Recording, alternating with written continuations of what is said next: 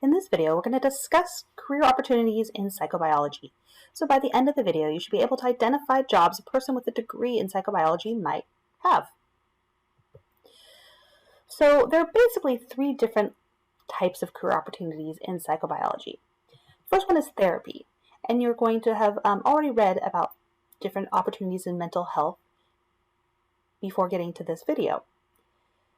A second is research, which we'll discuss on the next few slides, and medical fields. So when we're talking about research, there's a lot of different opportunities for research in the area of psychobiology. The first one, and kind of the overarching umbrella of all these other different types of research, is a neuroscientist.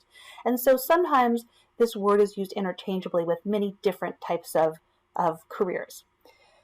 So a neuroscientist or a basic neuroscientist is really interested in looking at the anatomy of the brain and the neurochemistry of the nervous system, often just doing basic research to identify what structures do, how structures function, how the brain is wired, what neurochemicals function in different areas of the brain.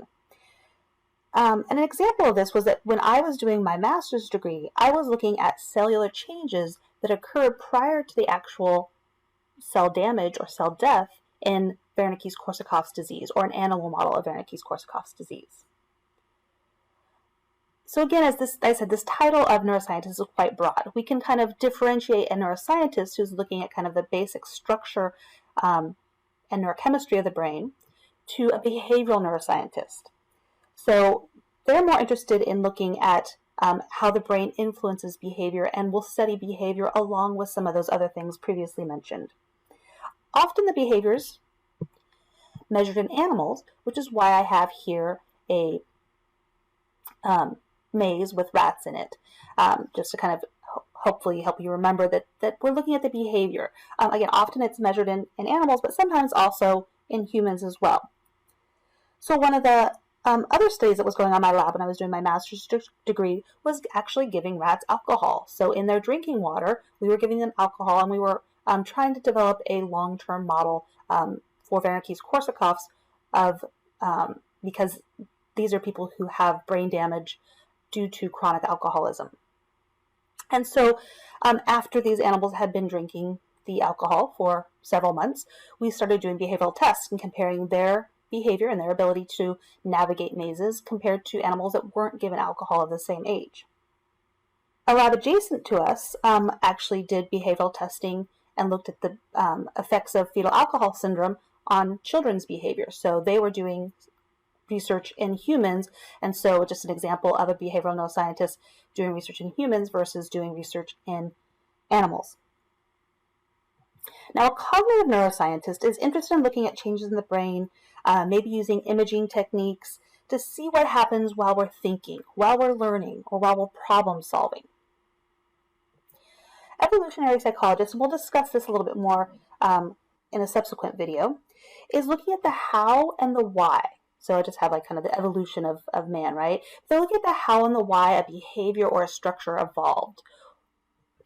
A neurochemist is going to be interested in chemical reactions in the brain. So here's just, I have as an example, just different chemical structures of the neurotransmitters.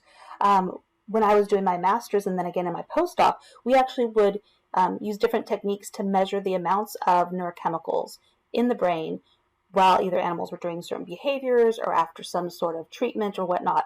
And we would do that, we would collect these neurochemicals and analyze them with something called an HPLC.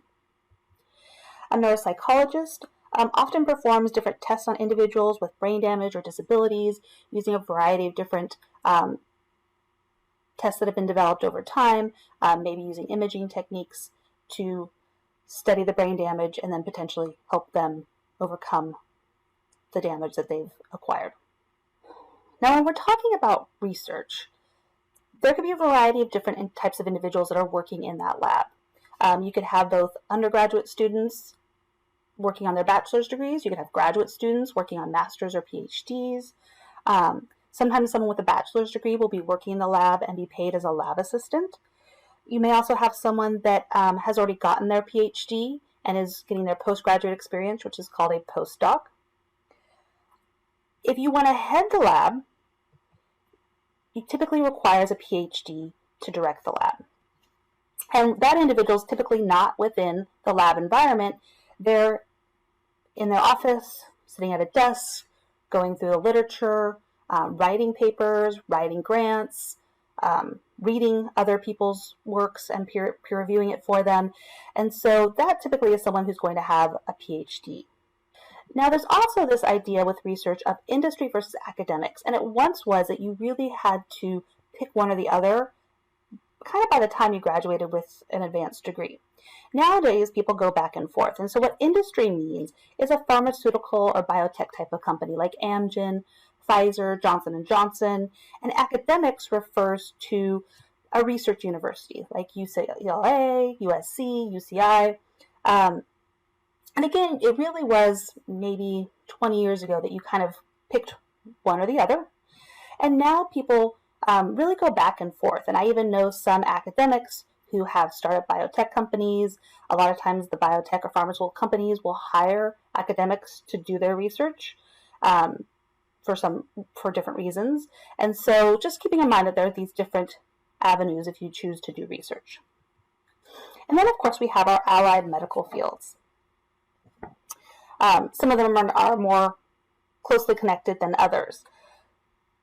So a neurologist is someone who treats individuals with brain damage or disease. And so again, often here, they're here looking at the brain scans, trying to determine what is, causing the behavioral changes or identifying whether someone has some sort of neurodegenerative disease.